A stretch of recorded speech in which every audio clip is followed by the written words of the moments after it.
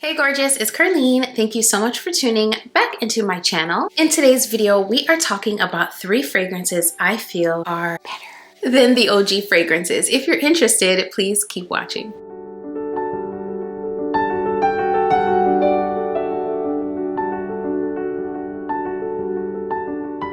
Hey friend, welcome back. Thank you so much for taking time out of your busy schedule to be right here with me. If you're new here on this channel, I talk luxury, I do review videos, I share my fragrance journey, I sprinkle in a little bit of lifestyle, and in every single video, I share some encouragement. If any of those things sound good to you, then I would love to have you here. So go ahead and hit that subscribe button and be sure to turn on that notification bell so you know exactly when my videos drop. All right, let's get into it. So for these 3 fragrances, the 3 fragrances I'm going to be sharing with you all today are inspirations of fragrances that I have smelled, I have enjoyed, and I happen to think that these fragrances are better either in scent or performance or sometimes a combination of the two. So the first fragrance we're talking about today is Hekayat Attar's Latte Abiad. Latte Abiad has top notes milk, caramel, middle notes coumarin and honey, and base notes amber, white musk, and vanilla. Latte Abiad is a dupe for the ever-popular Bianco Latte by Giardini di Toscana. I've had a couple of different samples of the original. I also have another fragrance by that house, Giardini di Toscana, so I am familiar with the scent and the quality of their perfumes. And this is one of the inspirations I smelled, and I've smelled like 3 or 4 different kinds at this point. This one right here is the winner for me because of how close it gets to the original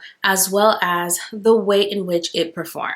Now, I do think the original performs way better. The original is a beast mode gourmand. But sometimes beast mode and gourmand tend to conflict with one another, and this is one of the cases where they do. I feel like the original is so potent and so powerful that it can be a bit much. It can be a bit nauseating, headache-inducing, cloying, you name it. And I feel like Latte Abiad gives us the scent of the original without that heavy, thick cloud of dense, cloying sweetness, if that makes any sense. This fragrance gives that same warm, creamy, caramel-infused milk feel without being nauseating, and that's what I love about this. This is still an amazing performer. It's extremely long-lasting. It's just not quite as potent as the original, which for some may be a bad thing. However, for me, having experienced the original, I find that I quite enjoy that about this fragrance. So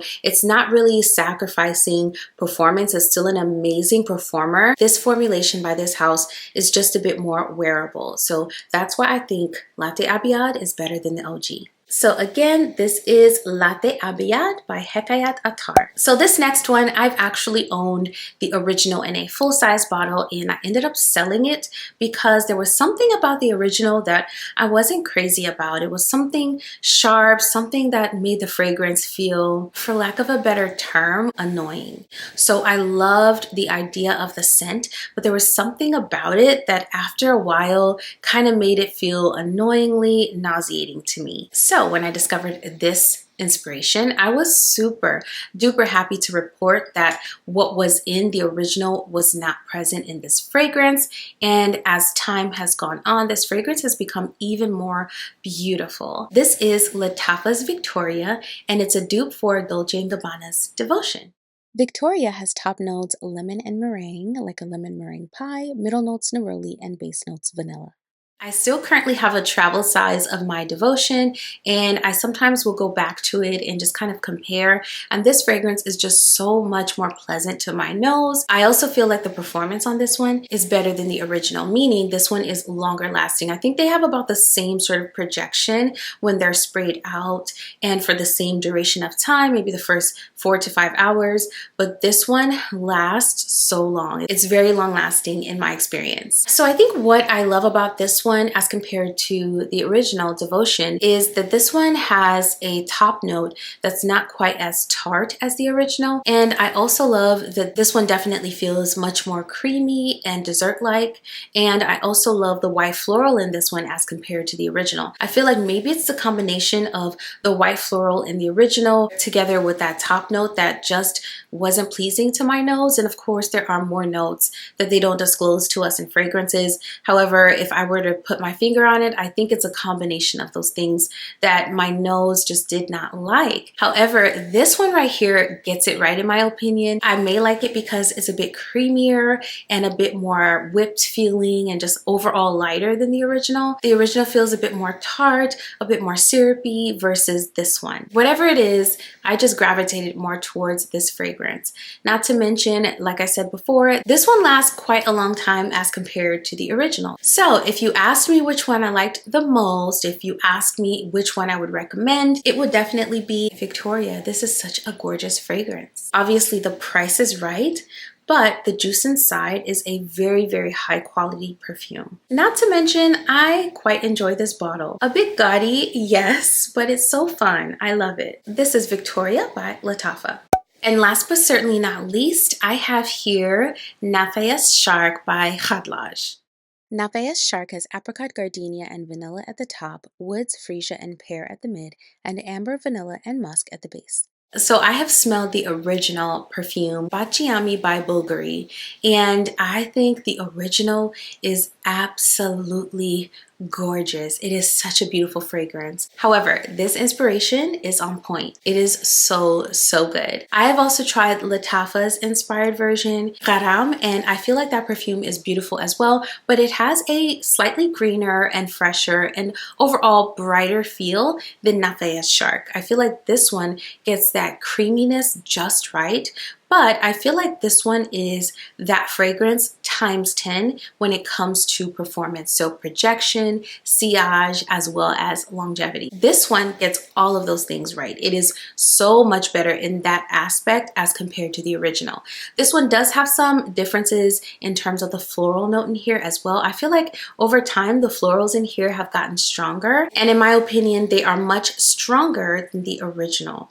So the florals have gotten stronger with time, but the performance has gotten even stronger with time as well. So this one is a powerhouse vanillic, creamy, and lush white floral fragrance. Heavy on the vanilla and heavy on the white florals, in my opinion. It is so good. So if that's your thing, and if the original is not in your budget because it's quite pricey, this is one I would recommend. If you're looking for something that's a bit brighter, lighter, Lattafa's version might be for you. However, if you're someone that loves white florals and you love sweet fragrances, then I would recommend this one. It's so good. So when I first shared Lattafa's version with you all, one of the things I said was different between Lattafa's version and Baciami was the fact that Baciami felt warmer and sweeter, more creamy, and to my nose, not nearly as green as Lattafa's version, Garam. This one gets that right, but I feel like this is an amplified version of that fragrance of the original. This one is rich and vanillic and floral like the original. However, the performance is so much better. And at that price point, you definitely want your fragrance to perform. And in my opinion, this is going to give you that performance. So that is why I think this one is better than the OG. This is Nafais Sharq by Khadlaj. So tell me, what are some inspired versions of perfumes in your collection that you feel are better than the OG? Share them in the comments below. So we have come to the end of the video, and I just want to say thank you so much for still being here. If you found this video helpful, if it was entertaining, if it provided any value for you today, don't forget to hit the like button on your way out.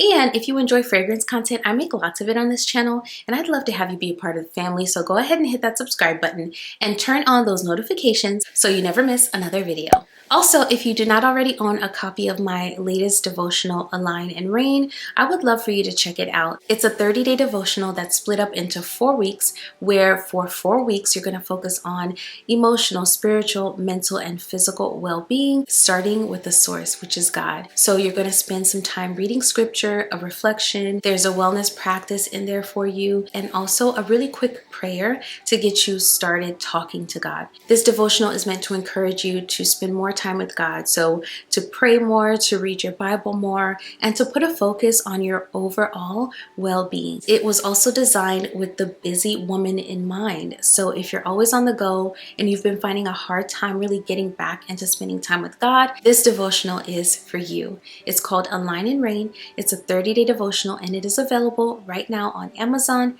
Etsy, and on my website, fitnessprincess.co. All of those links will be in the description box towards the top, so check it out. Before I go today, I just want to encourage you and remind you that there is more on the other side of your yes. So don't be afraid to put yourself out there. Every time we take a step in a direction that may scare us, may have us feeling like we're being vulnerable, we're putting ourselves out there, good things come to those who walk in faith even though they're afraid, simply because they grew their faith muscles. If you have a goal in mind, a place that you want to be, any sort of aspiration, especially one that scares you a bit, there's usually a positive outcome on the other side of you facing your fears and really going after it. So be encouraged. It's okay to be afraid. It's a natural human emotion, but you just have to be willing to put one foot in front of the other, even though you are afraid. That right there is real faith. As always, I will be over here doing the exact same thing. Thank you so much for watching this video. I will see you in the next one